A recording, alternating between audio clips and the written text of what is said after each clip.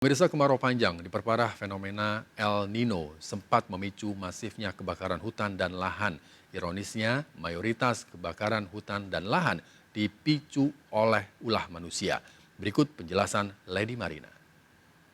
Pemirsa, kemarau panjang terjadi hampir di seluruh wilayah Indonesia, dampak dari fenomena El Nino.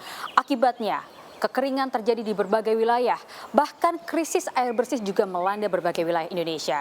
Tidak hanya itu, kita perhatikan bahwa sumber air pun kian surut.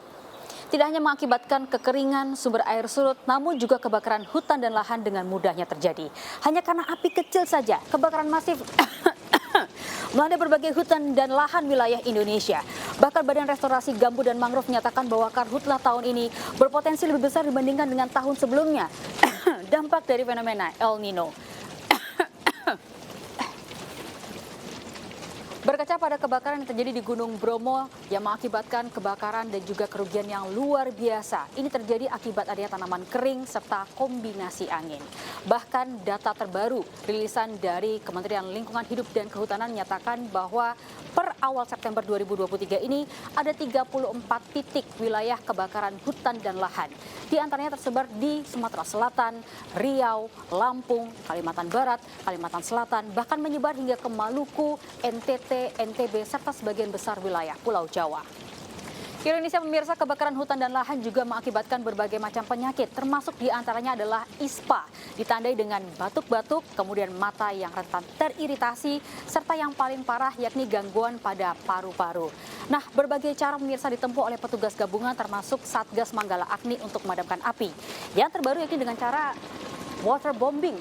Nah, waterbombing ini pemirsa ditempuh ketika petugas kesulitan untuk menembus lokasi kebakaran maupun ketika lokasi kebakaran minim akan sumber air. Data terbaru pemirsa dari bulan Januari hingga Juli 2023 terdapat 90.400 hektar lahan dan juga hutan yang terbakar di berbagai wilayah Indonesia. Dan ini mengakibatkan lebih dari 5,9 juta ton emisi ekuivalen dengan karbon dioksida. Dan yang paling susah untuk dipadamkan adalah lahan gambut. Dan pemirsa, lokasi saya berada saat ini merupakan lahan gambut. Apa yang disebut dengan lahan gambut? Lahan gambut ini sebenarnya merupakan cekungan atau genangan air. Nah, pada cekungan atau genangan air ini kemudian tanaman-tanaman yang ada di sekelilingnya mati dan menumpuk ke dasar cekungan serta mengalami proses pembusukan yang lambat dan kemudian membentuk lapisan-lapisan. Kondisi ini terus berulang terjadi di atasnya dan terjadi selama ribuan tahun hingga membentuk lapisan-lapisan kubah dan kemudian membentuk kaki-kaki gambut. Kondisi gambut di berbagai wilayah memang berbeda-beda, tergantung dengan kondisi alamnya. Namun dibedakan dari tingkat kedalamannya, maka gambut dibedakan menjadi beberapa jenis.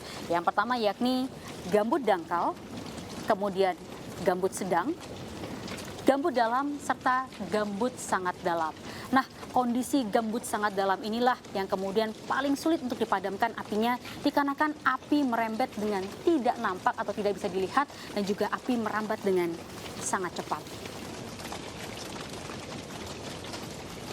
Berulangnya kebakaran hutan dan lahan seharusnya bisa diminimalisir dengan mengedepankan langkah mitigasi menyeluruh sehingga resiko kebakaran hutan dan lahan seperti ini bisa diturunkan.